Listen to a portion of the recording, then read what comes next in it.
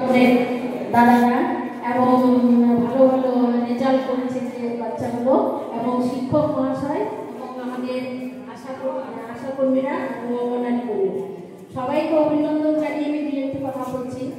বর্তমান জগতে ভারতবর্ষে শিক্ষার গুণ অপরিসীম, কারণ স্বামী বিবেকানন্দ বলছে যে দেশের মেয়েরা শিক্ষিত নয় সে দেশ এবং সে জগৎ কোনোদিন উন্নত হতে পারে না। আজকে যারা মেয়ে তারাই হবে ভবিষ্যতের মা। মেয়েরা যদি শিক্ষিত না হয় তাহলে কেমন করে বাচ্চাদের লেখাপড়া করবে? আগে মায়েদের কাছে বাচ্চারা প্রথম শেখে, মারাই হচ্ছে প্রথম গুরু। তারা যদি পড়াশোনা না জানে তাহলে কেমন করে বাচ্চাদের লেখাপড়া করাবে? এবং বাচ্চারাই প্রথম মায়েদের কাছে শেখে। তারপর হচ্ছে মাস্টারমশাই, অঙ্গনারী, অন্যান্য জায়গায় তাদের দেয়। এবং 18 বছরের নিচে কোনো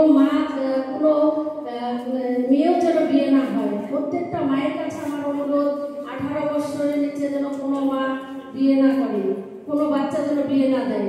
কারণ হচ্ছে তার 18 বছরের নিচে তার শারীরিক গঠনই হয় না, তবে বিয়ে হলে সে তো একটা মা হবে, কারণ সেই তো বাচ্চা, তাহলে মাটাকে কেমন করে মানুষ করবে?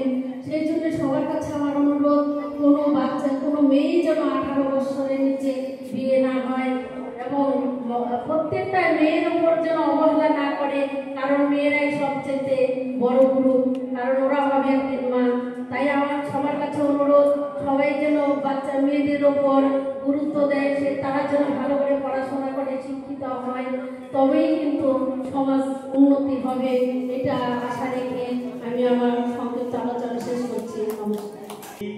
তুলনা তার নাই এই জ্যোতির সমুদ্র মাঝে, যে শতদল পদ্ম রাজে, তারই মধু পান করেছি, ধন্য আমি তাই। যাওয়ার দিনে এই কথাটি জানিয়ে যেন যায়, বিশ্বরূপের খেলা ঘরে কতই গেলেন খেলে, অপরূপকে দেখে গেলেন দুটি নয়ন মেলে। পরশ জানে যায় না করা, সকল দেহে দিলেন ধরা।